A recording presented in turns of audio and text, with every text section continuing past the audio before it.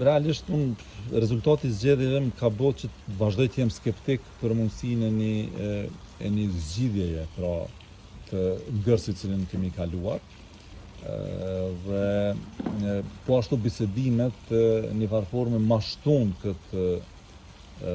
ka thënë pesimizëm për shkak të faktit se si u zhvilluan dhe çka prodhuan ato.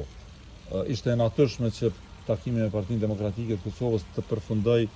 ashtu siç përfundoi, me një mundësi për të diskutuar për presidentin dhe jo për qeverinë, pesisht e natyrshme, sepse nuk ka kuptim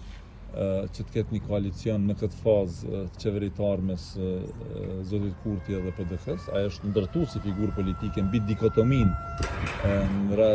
kundër PDK-s dhe asaj fryme. Dhe në anën tjetër takimi me LDK-n nuk ishte për mua shpresdhënë, sepse vetë situata që është lidhur në demokratinë e Kosovës nuk jep shumë shpresë që aty ka një unitet, kohezion që të vazhdohet me ndoj koalicion. Pra, edhe po të ketë kohezion, edhe po të ketë unitet, numrat janë shumë të bresht, ta them ashtu. E për më tepër zoti Kurti prapë vendosi ato kushtet mbi 84-5 deputet, cilat pastaj me Lidhjen Demokratike e Kosovës asesi nuk i zhvillon. Dhe kishim situatën me Aleancën, e cila i kishte kushtet e veta dhe nuk i shkojnë takim, duke thënë që ne vim në seancë nëse ato plotësohen. Kjo është një situatë cila nuk jep për mendimin tim shumë shpresë se do të kemi një dalje nga ky ngërç. Daljen e shoh në një mënyrë të thjeshtë nëse thjesht partitë opozitare pranojnë një kandidat që mund të jenë nga vetëvendosja, apo një kandidat që do të jetë jo një kandidat i fortë, ta them politik, për aq sa e njoh mendsinë politike të zotit Kurti, atë që e tregoj tash edhe me presidentin Osmani, nuk është se ai do të pranojë ndonjë figurë të fuqishme, qoftë politike, po qoftë nga bota akademike edhe nga shoqëria civile, i cili mund t'i mbush, ta them, kputucët e presidentit, e cilat realisht në sistemin ton politik, juridik, kushtetues nuk janë të lehta. Pra, megjithatë presidenti, ashtu siç po tregon edhe këtë ky ngërç politik, ka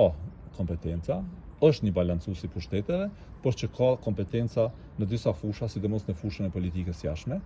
që mund ta akjezojë zotin Kurti aty ku ky dëshiron të shkëlqej, dhe po ashtu në fushën e sigurisë. E pam edhe tash emërimet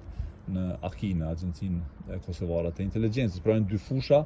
cilat presidenti ka forcë reale. Natyrisht ka edhe në të tjerat. Pastaj mbaret edhe prej personazhit, edhe prej personalitetit politik. Kështu që duke pas parasysh këtë situatë, nuk jam shumë optimist që në këtë kontekst mund të vim të një situatë ku do të kemi një zgjidhje të kënaqshme për të gjithë. Zoti Kurti janë në pozicion komod, është kryeministër në detyrë, këtë situatë ai mund ta vazhdoj. Mund të futemi në një terren tjetër të pashkelur deri tash, ku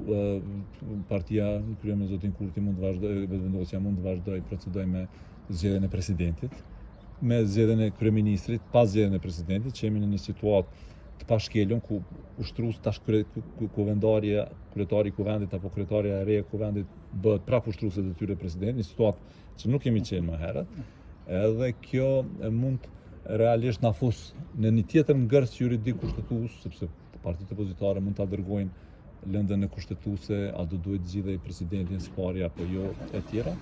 Kështu që në këtë kontekst është vështirë të parashikohet, por ashtu siç e thash, nuk jam optimist më i madh se do të kemi një zgjidhje, mund të ketë gjasa që të shkojmë prapë në zgjedhje. E në anën tjetër, kjo situatë neve po na kushton, sepse këtë duhet ta themi, po na kushton në planin financiar të integrimeve, të zhvillimeve politikave,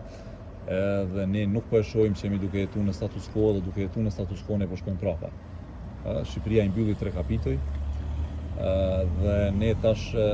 në vend se të futemi në vagonin, në lokomotivën e Shqipërisë,